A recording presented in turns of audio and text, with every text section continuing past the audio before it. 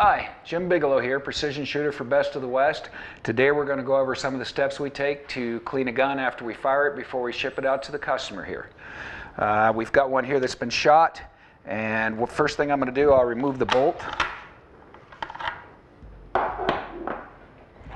And I don't know if it's necessary or not to remove the muzzle brake, but I like to clean around the crown and stuff on the gun before it goes out.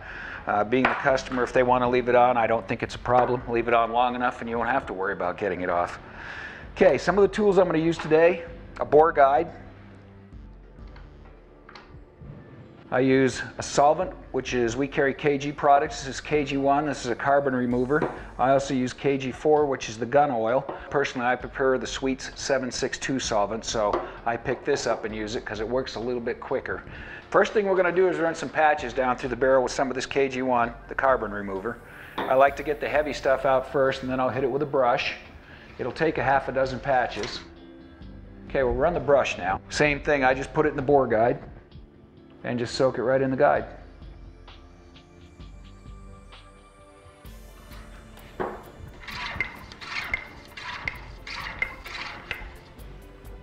And one of the things I'll do between each time I do that is I always like to clean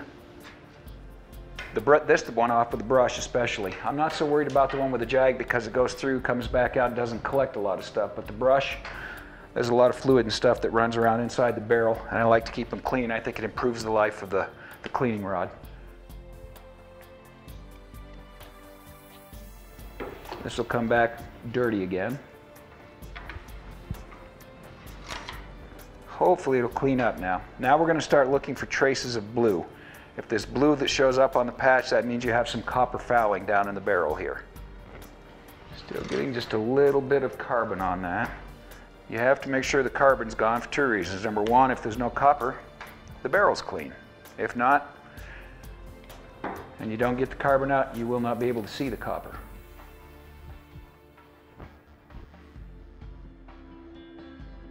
There's a little bit of blue showing up on that patch.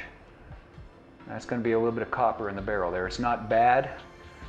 They can be much worse, but copper fouling, if you let it build up, can really affect the accuracy of the weapon. So you always make sure that you get it cleaned.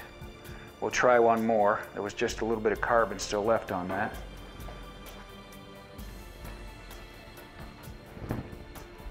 Just a light tint of blue showing up. So we're going to run a little bit of this Sweets down through the barrel. You may want to use in a fairly ventilated area. It's got a very strong smell of ammonia, very strong, but it does its job. And I'll run this just back and through the barrel. And also with Sweets, they recommend that you don't leave this in the barrel any longer than 15 minutes. That'll tell you how potent this stuff is. Okay, I'm going to let that sit. So while that's doing that, the next thing I'm going to do, I've got a bolt here, I've got a muzzle brake. Those both need cleaning as well. So the first thing I'm going to do, I'll get the bolt clean, back to the carbon remover, the KG1, and all I do is I soak a patch, and then we clean the bolt. And this one's not bad because it's a titanium action, but to give you an idea, the bolt doesn't look bad, but that'll give you an idea what's coming off the bolt just from the carbon. So I wipe it down. What I'll do is I take a small patch. This is about a .223 caliber patch. I just quarter it. Again, solvent. And then I use one of our small screwdrivers here, put it behind the patch, and run it around inside the face of the bolt. And same thing, that's what you get off the face of the bolt. This one, again, is not bad.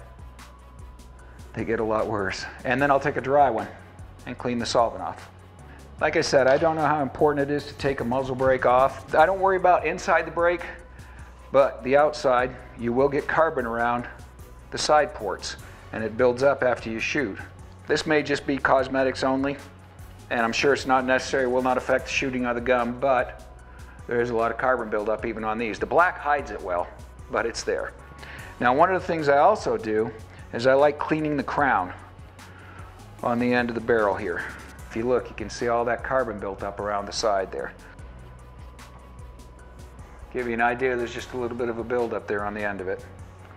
It hasn't been 15 minutes, but I think it's been long enough. I'll give it a couple more swipes with the brush, and then we'll try and clean it out and see how it looks.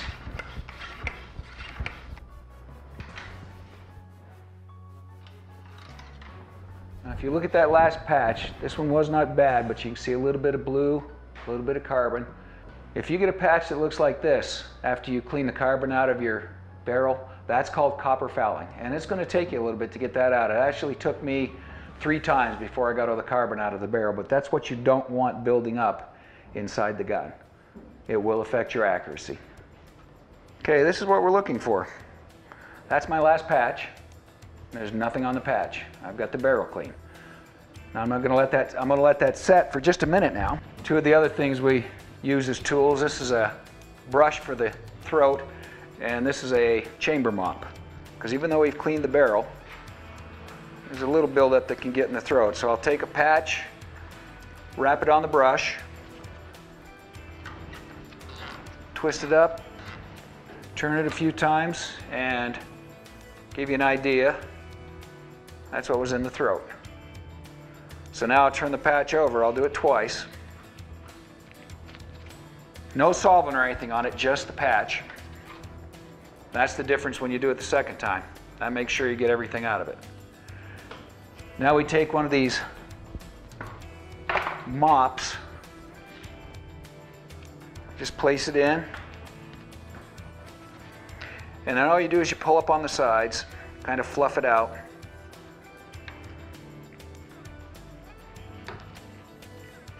Like this. Put it in the action, run it up. This goes right behind where the brush was. And that gets the rest out for you. Now, this is where you need to be a little careful. I do not put the bore guide back in when I do this. You need to take your time when you do this. You don't want to screw up the barrel or make any marks in it, but I do not use the bore guide. Now, all I'll do is I'll put a patch on.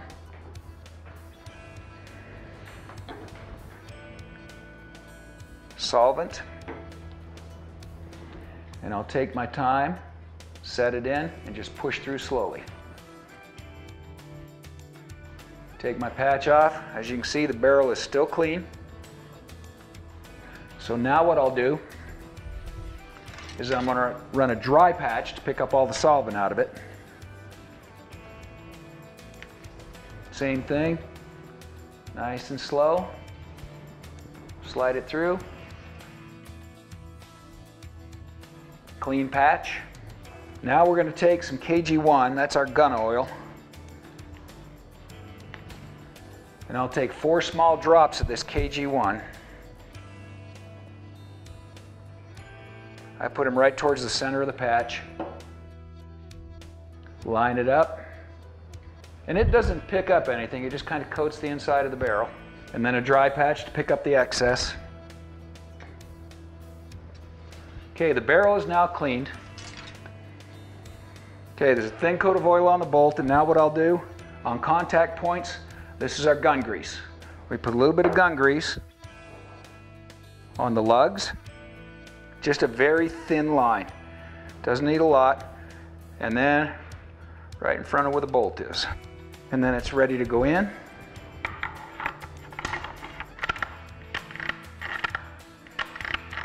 Action's working good. One thing I do need to remind you of, when this gun comes to you, it's clean. When you go out to shoot it, foul the barrel in. Some people will go out and they'll fire a shot. And it's like, oh, it's over here to the left. So a click or 2 over to the left. They shoot, oh, it just moved to the right. A click or 2 back over to the right. It grouped over there, they make some clicks, they adjust windage. You don't need to do any of that until the gun groups. The gun should group pretty darn close to dead center. That's what we had it on when we got done, so foul in your barrel and then start paying attention to where your group is, and you should be real close to spot on.